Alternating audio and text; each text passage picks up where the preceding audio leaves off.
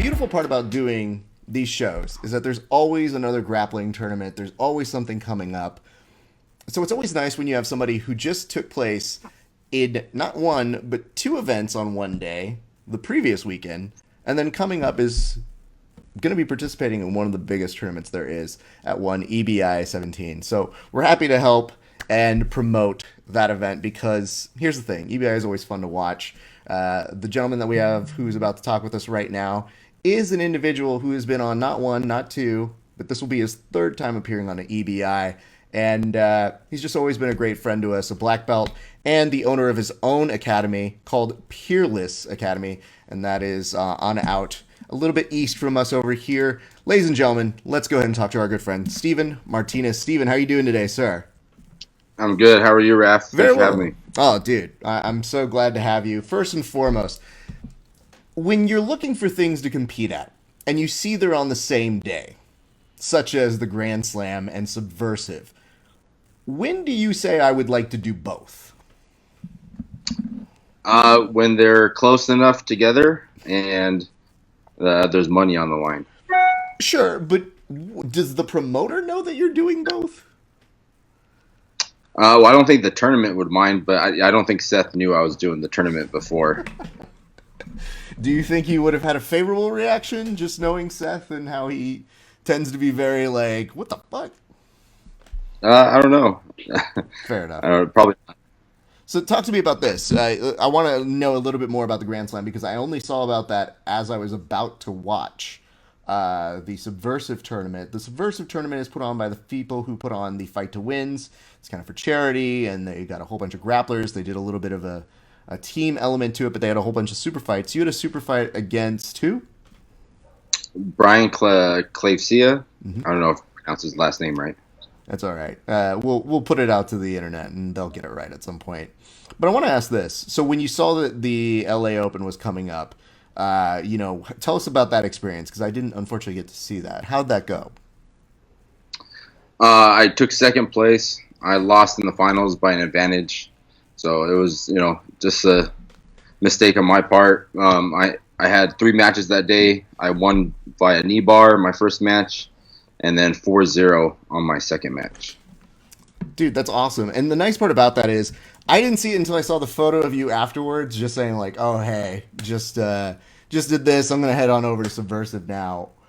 When that does happen, how is it that you're able to recoup? Because obviously EBI is like a 4-person to a tournament to win, but it is different to take off a little bit of time in between the matches, though. Yeah, it was a long. I mean, it was only 4 matches total, so it wasn't a big volume of matches. But there was a long time in between all the matches, so it was tiring by the end of the day because I would have a match, sit around for an hour, have another match, sit around for 2 hours, then drive down, then drive to Garden Grove from LA, then wait 2 hours, then compete again. So by the end of the day, I was pretty tired.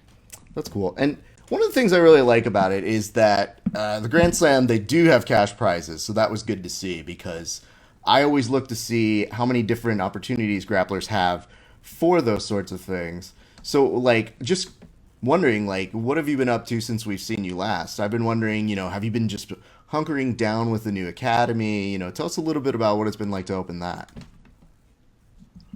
It's been a big learning curve, learning the business aspect of owning an academy.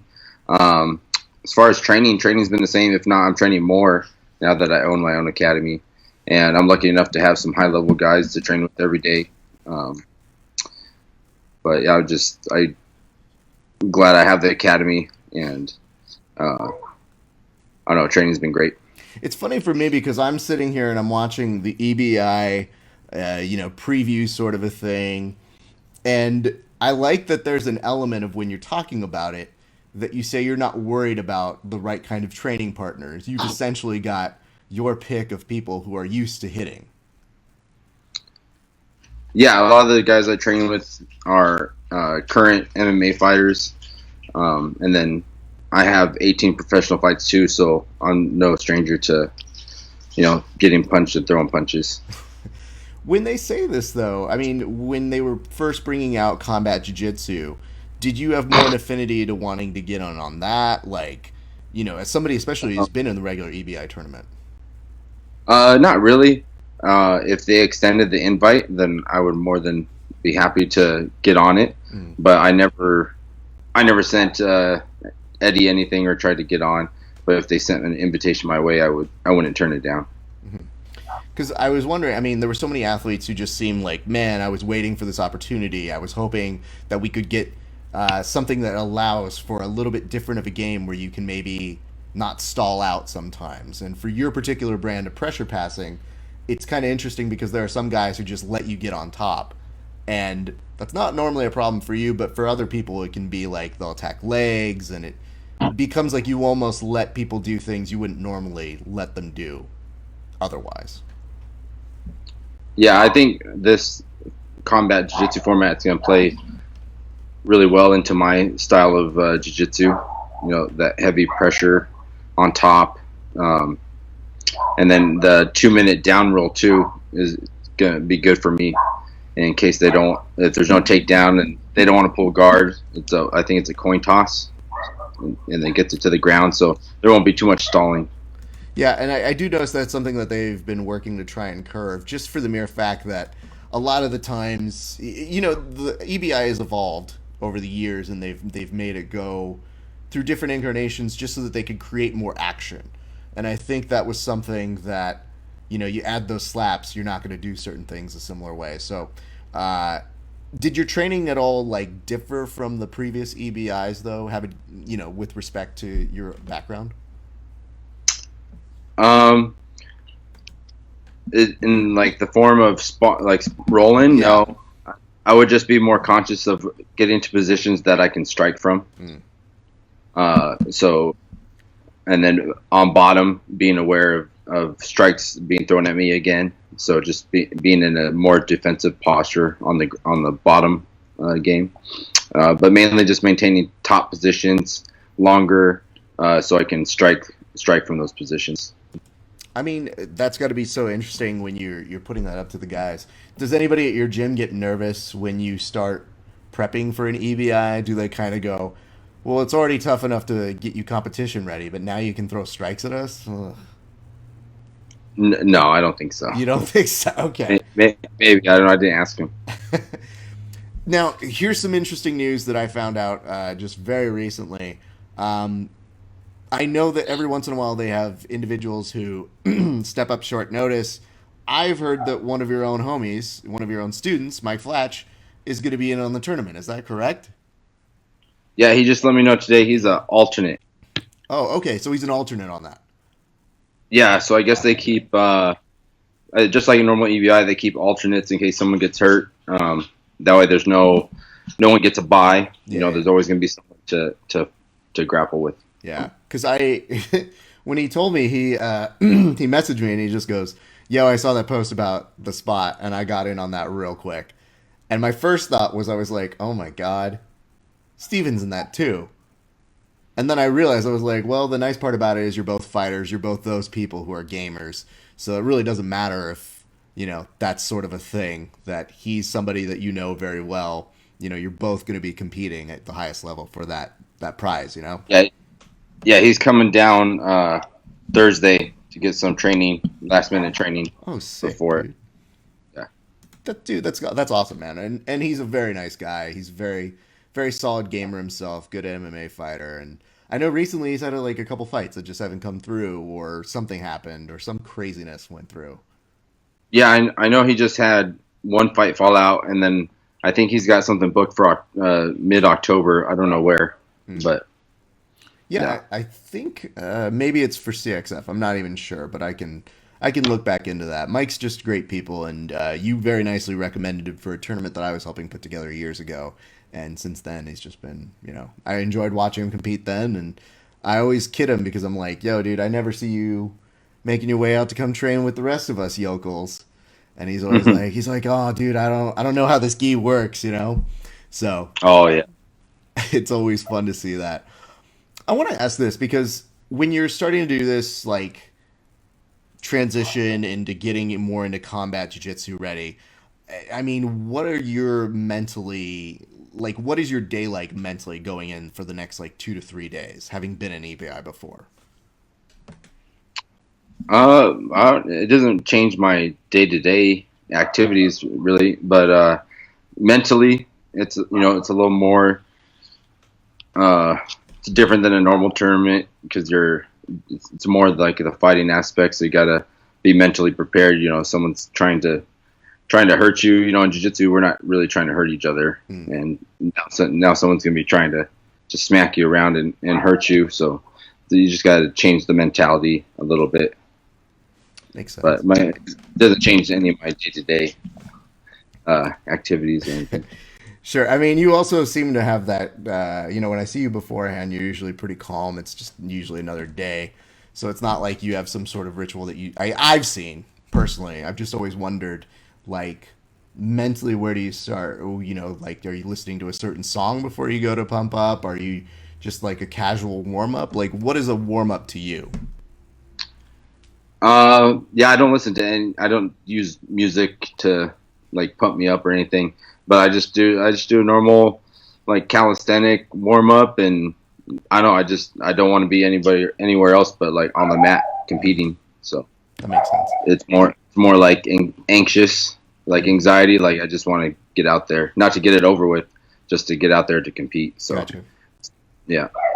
I'm intrigued because one of the things that I know about you is you have a deep love of craft beer. And you and your wife have always been very gracious. Like, she's seen me a couple times and been like, I got this beer, you got to try. And I'm always like, I got a gift just for showing up. Like, that's so nice. But I'm wondering, when you do have to, like, put aside that and you have to, concentrate on the weight, like, do you have, like, a celebratory beer after, weight cuts or anything like that? Or do you have something that you look forward to once it's all said and done? Yeah, afterwards, I cut back on that a lot, but afterwards, I'm just looking forward to a good meal. Usually wherever the tournament or match is at, I'll scope out a restaurant or something beforehand, so I know exactly where to go after. I've heard fighters tell us before that they've torn out pages and like put it on like a wall or something, or they've bought the food and they've like put it in their freezer and they just say like, I'll get to that later. And somebody who loves their craft beer as well, I just always wonder. I was like, yo, somebody asked me like, can you take out craft beer out of your diet? And I was like, I don't think you guys want to see me like that. I don't think you guys would enjoy me without being some sort of inebriated. But yeah, that does make sense. Is there a particular food? Are you a steak person when it's all done? Well, like, where do you go? Yeah, I'm not like, well, I could always go for In-N-Out, but yeah, I'm like a steak and potatoes type of guy. So good steak after, nice. and a good beer. All right, so I got to ask this because I'm so intrigued on it. Are there people in this tournament that you are looking to be matched up with? I don't know if they get leaked out or they have already announced who you are going up against. I know they haven't said that for sure. But are there people who you're looking that you would like to be matched up with? I could have sworn I read they do the matchups during weigh-ins. Yes. And I don't know if they do like a draw of the hat or if they already have it out. They just don't tell you that till weigh-ins. But I think 8 of the 16 guys I've already competed against. So first round, I would like to get someone that I haven't competed against. Okay. Just to, gain some more experience. But likely, odds are I'm going to compete against one of the guys I've already gone against. But it's a 1 in 2 chance. So yeah, it's fairly likely. I'd bet on it. When you do that, though, I mean, that does make it very interesting because when you've already competed against somebody and you've had that as a thing previously, are we talking that you've competed against all of them just in jiu-jitsu, or has it been MMA as well? Yeah, both. Both, okay. Yeah, one guy I've both competed against and fought against, and then the others I've just jiu-jitsu in competition. That makes sense. All right, that's cool. Because I always wonder when that does happen. And I think they usually do a bracket that comes out. I don't know if it's at weigh-ins or whatever. but I do know that it usually comes out like a day or two in advance, and that's when people just start figuring out who's going up against who. But man, that is a nice collection of people that they have there. So that's why one of those things where when I heard you were competing, I said, "Yeah, that makes sense. That Yeah. makes sense that you would be in this one." When people are looking at that, though, what can they expect from you from this weekend? Like, why should people be excited about this one? As far as my matches, I can just guarantee you that I'm not going to be. I'm going to be pressing forward, the entire time. If I'm on top, yeah, I'm going to be looking to strike and inflict some damage. I'm not even, my game plan is, if I'm on top, it's not even to like look for a submission right away. I'm just going to be hitting you, and then of course I want to finish in the time frame to try and rack up the money. But yeah, I'm just going to be trying to smack these guys from the top position. I really want to impress upon people as somebody who has rolled with you before. You don't want you on top of you. You have a very solid mount pressure that is just so, like, I try to explain this to people. I'm like, I have pressure passing heroes, and yours is one of them that I would love to emulate. But man, it's so solid. It's got a real good base in how you pass. So I'm always really appreciative of how you do that. And I'm, of course, always appreciative of the fact that you do both gi and no gi. So that's always something that I think people might be aware of. And if they're not, they definitely should look up on that. I'm intrigued to hear, though, in Peerless. So did you guys just recently celebrate, like, some sort of milestone, though? In April, it was our 1 year anniversary from opening. So that was exciting. That was our first belt promotions too. Oh, sick. That's awesome, man. So yeah, so it's coming up. Be 2 years this April, and then we're going to be expanding next month. We're going to be expanding next door, so it'll be double the size. What was the need for expanding? I mean, I guess we didn't need to, but the business next door moved out, and the the numbers were right, and it was just an opportunity that we had to jump on. That's awesome, dude. Before someone else moved in there, and then we were too big, and we had to scramble to find someplace else. That's cool, dude. I mean, that a good problem to have, and now you'll be able to split that up. Are you guys, because I think you guys also do a little bit of mix of teaching like some MMA classes and some jiu-jitsu classes. So is that going to allow you to kind of have more classes or more things going on at once? Yeah, right now we just do jiu-jitsu. Okay. But hopefully we can have enough space to put some bags and workout equipment or something, so we can add some variety of classes. Oh, awesome. That makes sense.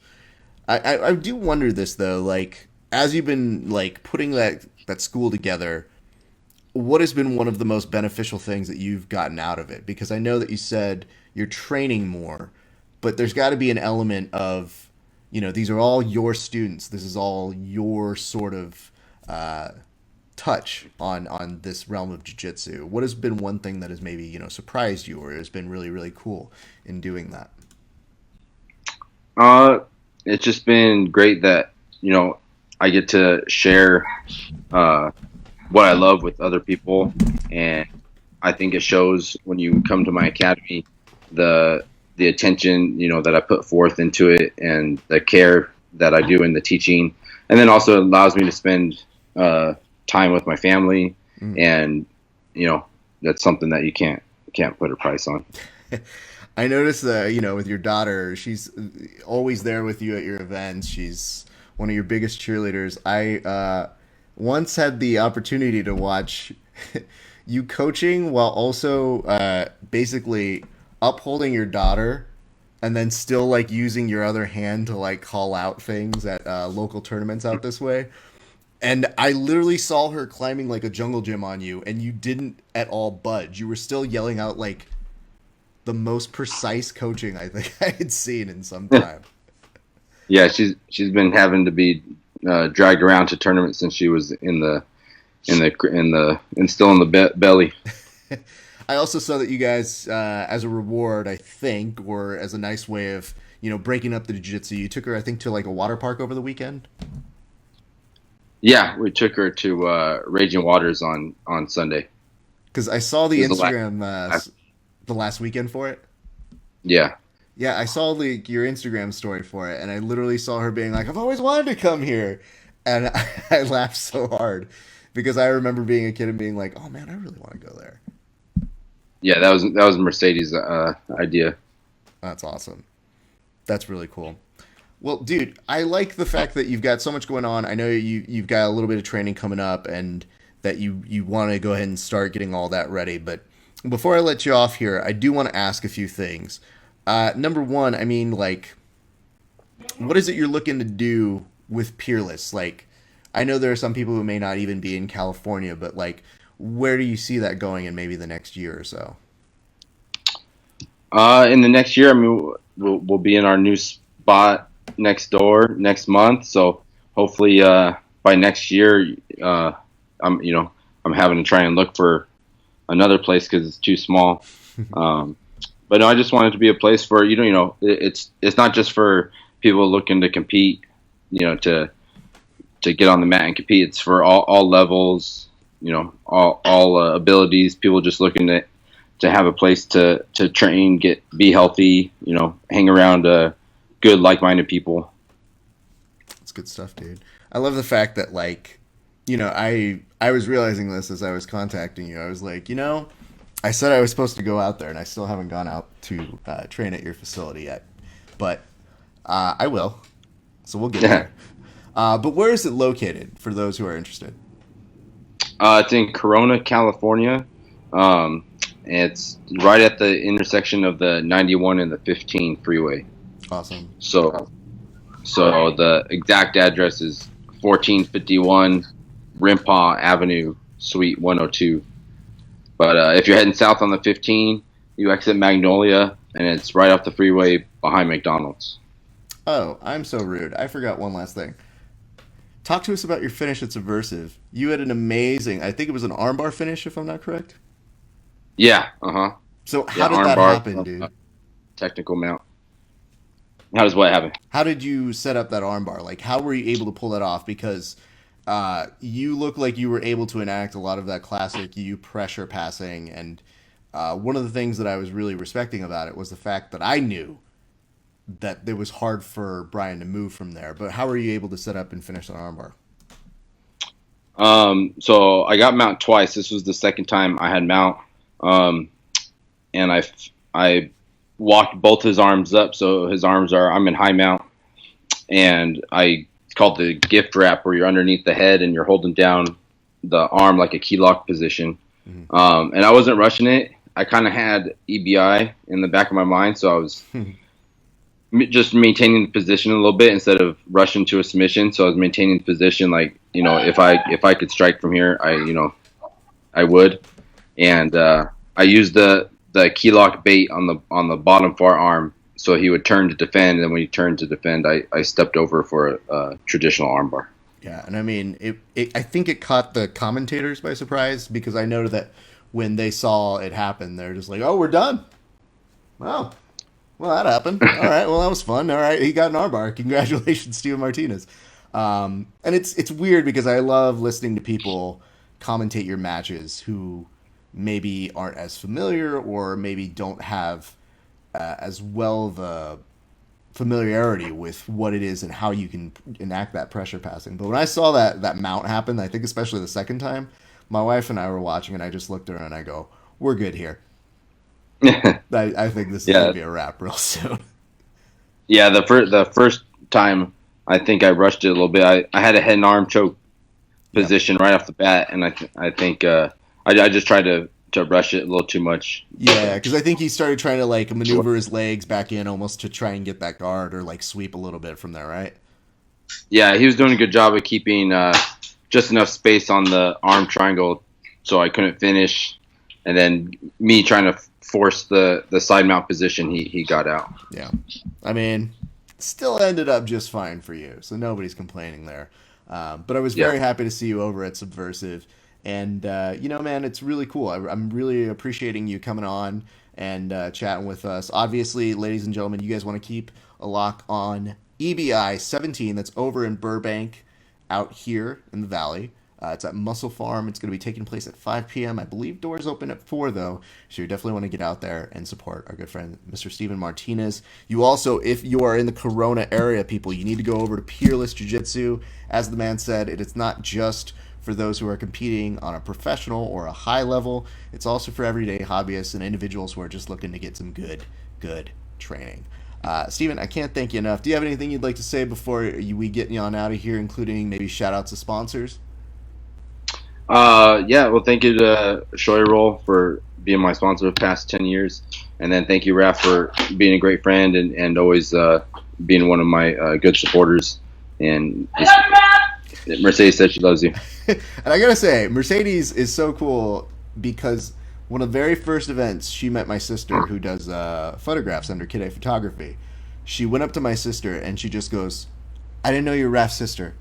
And my sister goes, yeah. And she just goes, "You're like family. We're family." And my sister came up to me and she just goes, "That was like so sweet. Like nobody knows who I am." But she made sure to come up to me, and it's something that she's always appreciated. And Mercedes has always been the nicest to us. So give my thanks to her and my thanks to you, sir. We're going to let you get on out of here so that way you can get on for training for EBI. I look forward to seeing you this Saturday, my man. All right. Thank you, sir. I'll see you Saturday. See you Saturday. Ladies and gentlemen, Steven Martinez. I'll talk to you later, buddy. Bye-bye.